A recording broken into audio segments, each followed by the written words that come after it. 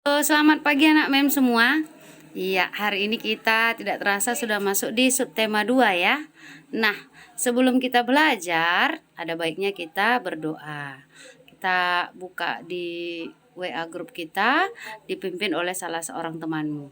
Baik, hari ini kita masuk di tema 3. Peduli terhadap makhluk hidup, subtema 2, keberagaman makhluk hidup di lingkunganku, subtema baru ya, di pembelajaran 1. Materi yang kita pelajari IPA, IPS, dan Bahasa Indonesia. Nah, tujuan pembelajaran kita adalah dengan mengamati gambar, kita mampu membuat daftar pertanyaan, kemudian membuat pertanyaan tertulis, lalu dengan diskusi kita mampu mengidentifikasi pentingnya peran hewan sebagai sumber daya alam. Kemudian dengan membuat poster, kita mampu menjelaskan pentingnya peran hewan. Lalu dengan pemecahan masalah, kita mampu menjelaskan upaya pelestarian hewan. Lalu dengan membuat poster, kita mampu melakukan upaya pelestarian hewan. Dan yang terakhir, dengan mengamati gambar, kita mampu mengidentifikasi pemanfaatan sumber daya alam hayati. Nah, selain tumbuhan, hewan juga merupakan sumber daya alam yang terus dijaga. Perlu dijaga keseimbangan dan kelestariannya. Jika tidak, maka hewan akan langka dan bahkan punah. Punah artinya hilang, tidak ada lagi. Seperti yang terjadi pada burung cendrawasih. Coba burung cendrawasih, ini dia gambarnya. Ya, ayo membaca. Burung cendrawasih. Burung cendrawasih disebut juga burung surga. Burung yang memiliki maskot Papua ini memiliki warna bulu yang indah. Bahkan kabarnya karena keindahannya itu juga burung ini jarang turun ke tanah. Lebih sering terbang dan hinggap di dahan pohon. Warna bulu cendrawasih yang mencolok biasanya merupakan kombinasi beberapa warna seperti hitam, coklat, orange, kuning, putih, biru, merah, hijau, dan ungu. Burung ini semakin molek dengan keberadaan bulu memanjang dan unik yang tumbuh dari paruh, sayap, atau kepalanya.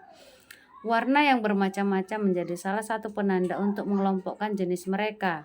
Habitat aslinya di hutan-hutan lebat, umumnya terletak di daerah dataran rendah dan dapat ditemukan di Indonesia bagian timur di daerah Papua ya nak.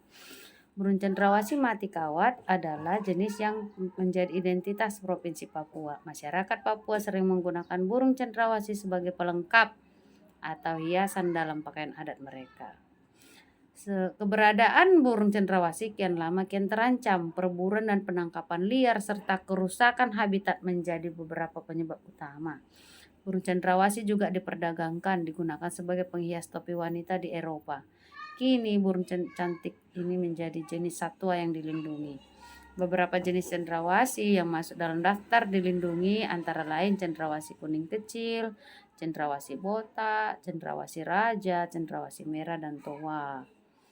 Nah, Indonesia memiliki ribuan jenis hewan di darat dan di laut. Boleh kamu lihat gambarnya, nak?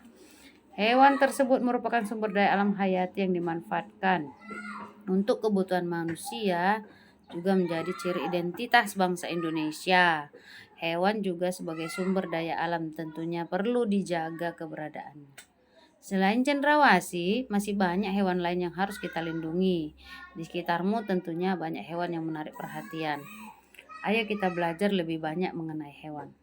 Kalau anak-anak mem tahu kira-kira seperti anjing, ya, itu sudah mulai jelas peraturannya, tidak boleh dimakan. Namun kita sebagian besar masih banyak ya nak. Iya, coba kamu lihat nanti artikel-artikel tentang anjing, itu pun sudah mulai dilindungi. Lihat, apakah di lingkunganmu terdapat kupu-kupu? Coba kita baca teks. Kupu-kupu termasuk ke dalam kelompok serangga. Kupu-kupu biasanya memiliki warna yang indah. Kupu-kupu tidak berbahaya. Daur hidup kupu-kupu bermula dari telur yang melekat di daun, kemudian matang, menetas 5-10 hari menjadi larva atau ulat. Lihat itu gambarnya. Ulat ya, dia di daun. Setelah 2 minggu ulat membentuk kepompong. Kepompong bergantung di ranting atau daun. Dia bergulung ya. 2-3 minggu. Setelah beberapa waktu dia keluar ya. Lama-lama dia menjadi kupu-kupu. Kupu-kupu dikenal sebagai serangga penyerbuk tanaman yang membantu bunga berkembang dengan menjadi buah.